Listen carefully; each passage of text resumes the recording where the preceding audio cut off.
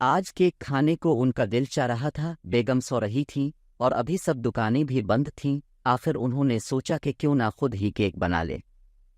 بچوں، ہمارے ساتھ چینل کو سبسکرائب کرو۔ اگر سبسکرائب نہیں کرو گے تو میں تمہارے گھر آئے گا موبائل چھین کے خود ہی سبسکرائب کر کے چلا جاؤں گا۔ بچ کے رہنا بچوں۔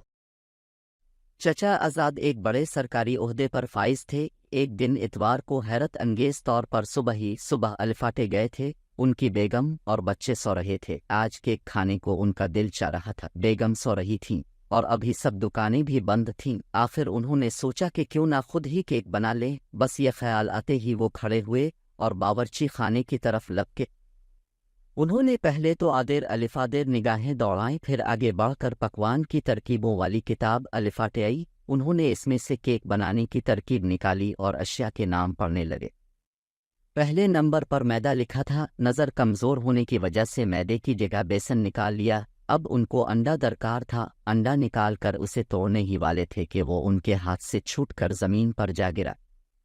انہوں نے جھنجھلا کر پیر پٹخے اور دوسرا انڈا نکال کر ڈال دیا۔ اب انہوں نے پسی چینی اور کوکو پاؤڈر کی تلاش شروع کی۔ پسی چینی تو مل گئی مگر کوکو پاؤڈر نہ ملا۔ تنگ آ کر انہوں نے اس کو تلاش کرنا ترک کیا اور پسی چینی کا پیکٹ الفاٹے کر اس پتیلے میں ڈالنے لگے، مگر ان کی نظریں اس وقت پتیلے کے بجائے کتاب پر تھیں، جس کا نتیجہ یہ نکلا کہ آدھی سے زیادہ چینی نیچے گر گئی۔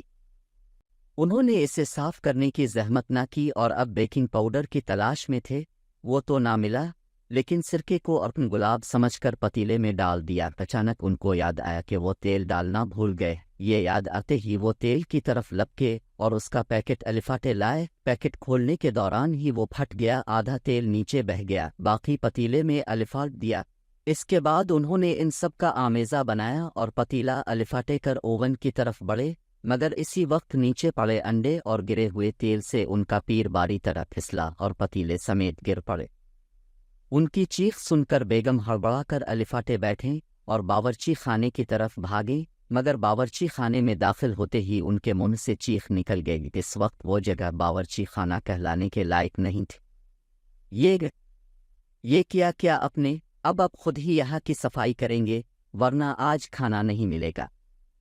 انہوں نے غصے سے دھمکی دی۔ چچا یہ دھمکی سن کر فوراً الفاٹ ہے، مگر جب باورچی خانے کی حالت دیکھی تو وہ چکرا گئے۔ اگر یہ ان کی بیگم کو پتہ چل جاتا کہ انہوں نے کیک بنانے کے لیے پتیلے میں کیا ڈالا ہے تو ان کا خیال یہی ہوتا کہ یہ کیک کھانے کے بجائے گرانے کے ہی قابل تھا۔